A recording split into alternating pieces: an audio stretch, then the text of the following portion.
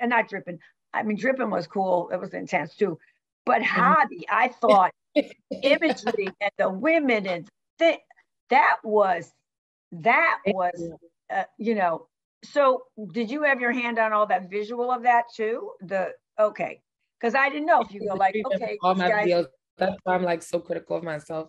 I don't feel like I'm the best person to do a treatment. And they're like, you can do it. And I'm like, no, I can't. But people believe in me and they just give me a shot and they just say, do it. I trust you to do it. And so I'm grateful for that because sometimes I have no clue, but I always trust that I'll get it done.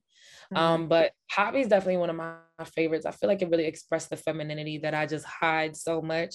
And I kind of want to delve more into that just moving forward. But yeah, hobby was just really kind of talking about how I feel that especially nowadays, social media is like, something that is people are consumed by to a level that I believe is sick. It's I believe that it's mentally destructive. I believe that it's distracting from real life. And so that record Hobby was just kind of alluding to the idea that nowadays you can treat people like a hobby. You could treat people like your Instagram and just kind of pick and choose when you want to decide you want to scroll on their page and give them some energy.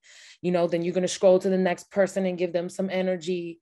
And you're treating people like a hobby. You're treating people kind of like a time passer, like, oh, like a pastime. Yeah. And I feel like that's kind of what social media has done, and it's taken the true connection out of relationships. And I feel like it's kind of stripped a lot of people of like that true depth that you build with another person, because you're always like, well, there's another person I can talk to. Well, there's another person I can talk to. Well, and I think it's so sick, and it's kind of turned in, we've kind of, social media is like a supermarket for human beings. The one I loved, I mean, I loved them all, but one about the Chris Brown one was so, that was so cool because I loved all the dancing and everything. And then in the end, it's like a dreamlike thing. And then you wake up and you're like, oh, it's Chris Brown. Like, right. I thought that was so cute. Thank you. Loved it. Thank you. Who prompted that song? I'm just a huge Chris Brown fan from day one.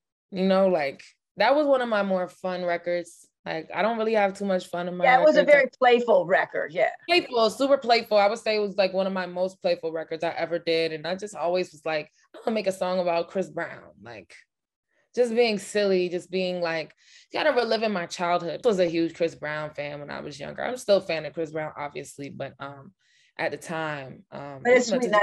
I loved all the dance, the stuff with the guy. I thought it was great. Oh my God. That was so much fun. I didn't know about that, Miss Anne-Marie, but what? Oh, it may have been fun about the dancing.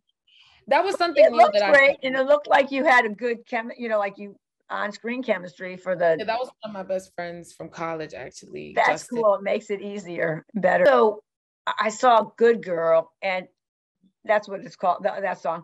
And you kind of had like this island accent going on in there for me. I don't know if you did that. Obviously, you did that intentionally. What prompted that? I said, my girl got some island going on here.